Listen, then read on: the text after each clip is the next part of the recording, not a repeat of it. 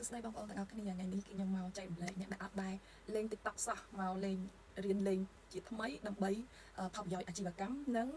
ធ្វើជា content creator ឬមួយក៏អីផ្សេងៗអញ្ចឹងណាបងប្អូនតែឥឡូវនេះគឺខ្ញុំមកបង្ហាញពីការថតនៅក្នុង TikTok តើគេសម្រាប់អ្នកថ្មីតើលេងមិនហេតុអីក៏គេថតវីដេអូទៅស្អាតម៉េះហើយយើងអ្នកថ្មីអត់ចេះទាំងមានទូរស័ព្ទហើយក៏នៅថតរូបអត់ស្អាតឬក៏ចេញវីដេអូមកអត់ស្អាតឬក៏រូបក៏មិនស្អាតអញ្ចឹងមកធ្វើតាមខ្ញុំជាដំបូងបងប្អូនបើក app TikTok រួចចូលមកកន្លែងហ្នឹងគឺកាមេរ៉ាតតមកគេឲ្យរើសកាមេរ៉ា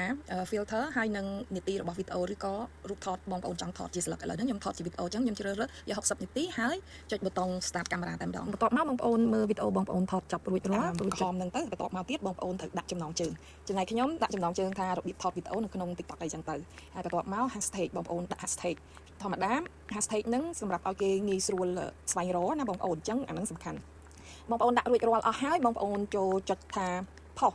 ឬមួយក៏ cover ហ្នឹងបើសិនជា edit cover បើ cover បងប្អូនអត់ពេញចិត្តរូបដែលសូចេញមកដំបូងឲ្យគេឃើញណាអញ្ចឹងបងប្អូនចុចទៅដូររូបអីចឹងទៅតែបើអត់ទេគឺយកដូចបោះហ្នឹងទៅបន្ទាប់មកចុចផុសរួចជាការស្រេចបន្ទាប់មកបងប្អូនអាចចូលទៅមើលនៅក្នុង page របស់យើងនៅលើ TikTok page យើងគឺឃើញនេះបងប្អូនឃើញខ្ញុំឃើញវីដេអូខ្ញុំចំណងជើងវាដាក់លើបើសិនជាបងប្អូនចង់មើលវីដេអូចង់ចេះវីដេអូអីទៀតបងប្អូនអាច comment មកខ្ញុំនឹងចេញវីដេអូបន្តជូនបងប្អូនអរគុណ